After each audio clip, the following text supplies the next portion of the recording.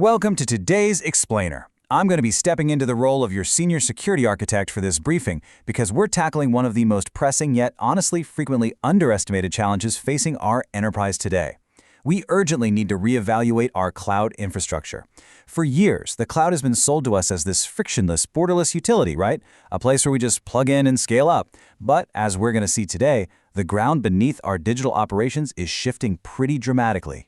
I want to kick things off by throwing a critical question out there to the board. Is your cloud infrastructure politically neutral? Take a second to really think about that. We usually operate under the assumption that our data centers, our cloud storage, our SaaS platforms, that they all basically exist outside the messy realm of geopolitical conflict. But what actually happens when the infrastructure we rely on to keep the lights on is suddenly subjected to international sanctions or unexpected foreign policy shifts? Okay, let's really dive into this because we absolutely need to shatter this illusion of the completely neutral public cloud. Here's a quick look at our roadmap. We'll be covering the geopolitical cloud threat, the vendor lock-in trap, and navigating European digital sovereignty. Then we'll move into the solutions, designing cloud exit strategies, securing SaaS continuity, and finally, achieving operational independence. All right, jumping right into Section 1, the geopolitical cloud threat. We need to completely transition our thinking here to recognize a major emerging risk vector. Think back to the original promise of the cloud. It was all about global availability, totally neutral platforms, and unrestricted scale. Well, contrast that with today's reality. The new landscape is heavily defined by geopolitical enforcement, legal sanctions, and severe operational liability. Cloud providers operate from actual physical locations, meaning they are legally bound to the jurisdictions they originate from. So that dream of a truly borderless cloud, it's officially a thing of the past. Let's look at exactly what this new reality looks like in practice. Just look at the 2025 Microsoft Niera Energy case. The EU imposed sanctions on Russia. Niera Energy, which is an Indian company partly owned by Russia's Rosneft, fell into the scope of those sanctions. And instantly, Microsoft, strictly following the legal rules of its jurisdiction, remotely disabled Niera's access to Teams and Outlook. Their business completely halted. There was no weather event, no cyber attack, literally no technical failure at all. It was simply conscious policy enforcement. A major provider absolutely can and will pull the plug overnight due to foreign policy. So, the crucial takeaway is this. Cloud providers can no longer be treated as neutral. Service disruption based entirely on foreign policy is now a scenario we absolutely must plan for. This isn't just some niche IT concern anymore. This is a fundamental requirement for our enterprise risk management, because if our operational backbone can be legally disabled by a foreign government, we are sitting on a massive operational liability.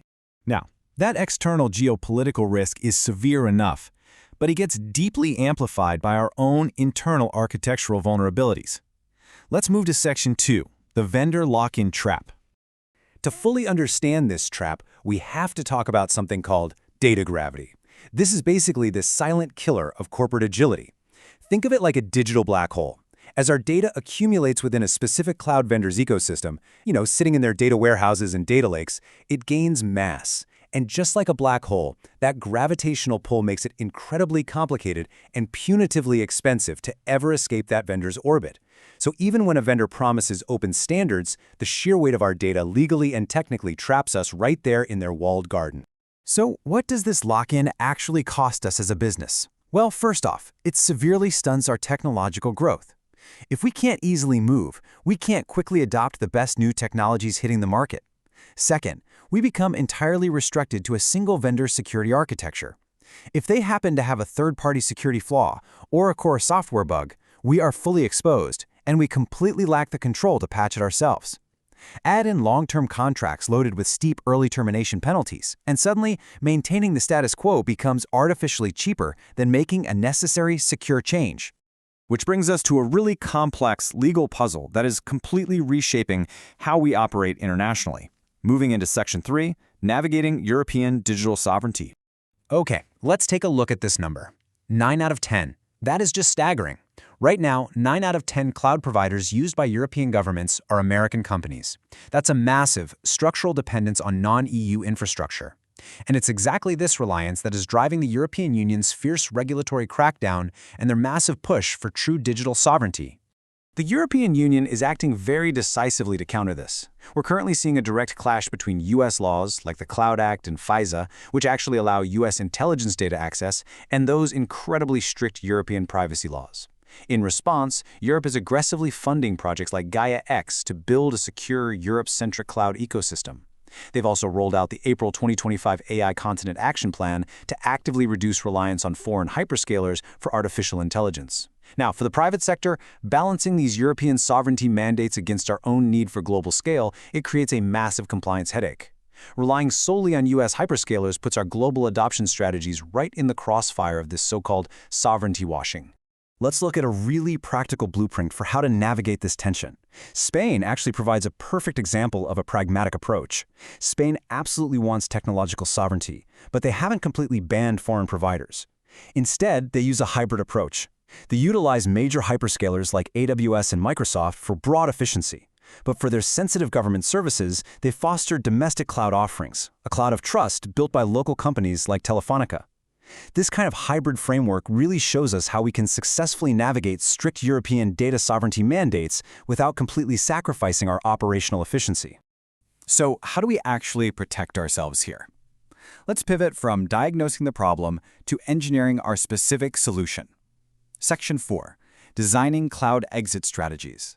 I need to be absolutely clear on this point. Having a documented exit strategy is no longer just an IT nice-to-have. It's a strict compliance mandate. Take the European Banking Authority's guidelines, for example. They explicitly expect institutions to have a documented cloud exit strategy for critical functions. If you don't have a plan to get out, you are failing compliance. But, as a board, we have to navigate a very delicate tension here. Yes, we must have a rock-solid internal business continuity plan. However, we must be incredibly careful about publicly discussing these exit strategies. You see, broadcasting our exit readiness can actually severely damage our long-term leverage during vendor contract negotiations. Even worse, in highly politicized environments, openly discussing a pivot away from domestic providers can invite some really unwanted regulatory scrutiny or even direct government retaliation. So the strategy is this. We must build the parachute, but we absolutely shouldn't go around advertising that we're wearing it. Now, in the past, organizations relied heavily on manual risk assessments for vendor lock-in. I strongly advise against doing that. Manual assessments are notoriously slow, incredibly expensive, and super susceptible to human error, especially given how fast enterprise clouds spin up new virtual machines. We absolutely must transition to automated assessments. Automation gives us a cost-effective, rapid, autonomous discovery of our cloud assets, meaning we get an accurate, real-time visualization of our true risk exposure and any potential cost escalations. So here is our executive action plan for actually achieving that cross-cloud portability. Step 1. We strictly prioritize open standards in all future procurement to proactively mitigate data gravity. Step 2. We deploy those automated exit assessments immediately so we can actually visualize our current lock-in. And step 3, we involve a professional team of cross-cloud portability experts. These are engineers and architects who specialize in moving complex workloads in and out of different environments securely. And remember, we execute this blueprint quietly, ensuring our vendor leverage remains fully intact. But hey, our infrastructure isn't just about the major cloud hosting providers. We have to expand this exit strategy conversation. Let's look at Section 5, Securing SaaS Continuity. I want to challenge everyone in this room with one more scenario. What if your critical software as a service vendor just disappears tomorrow? Really take a moment to think about the operational impact of that. Today, our most critical workflows often sit entirely outside our own perimeter, hosted in third-party apps. If a niche core SaaS workflow suddenly went bankrupt or suffered a catastrophic geopolitical outage, could we recover our data? Could we even continue to operate? Vendor risk management has to move way beyond simple procurement checkboxes and into real-world functional resilience. The crucial concept to understand here is software escrow. This is essentially our ultimate safety net. A software escrow is a legal three-way contract between us, our SaaS supplier, and a completely neutral third party. If that vendor goes bankrupt or simply ceases support, this agreement legally guarantees that we are granted full technical access to the source code, our data, and all the necessary technical documentation.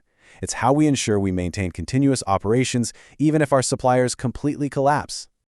Which brings us to the culmination of today's briefing. Section 6, Achieving Operational Independence. How do we properly posture this organization for the future? The answer is clear. To successfully balance the crushing demands of European sovereignty goals, the reality of geopolitical instability, and our own non-negotiable need for unbroken business continuity, we must prioritize a multi-cloud and hybrid cloud approach. Deliberately spreading our workloads across different environments, mixing the scale of public clouds with sovereign, localized control, is really the only way to guarantee scalability, security, and true operational independence. I want to leave the leadership team with the underlying philosophy of this entire explainer.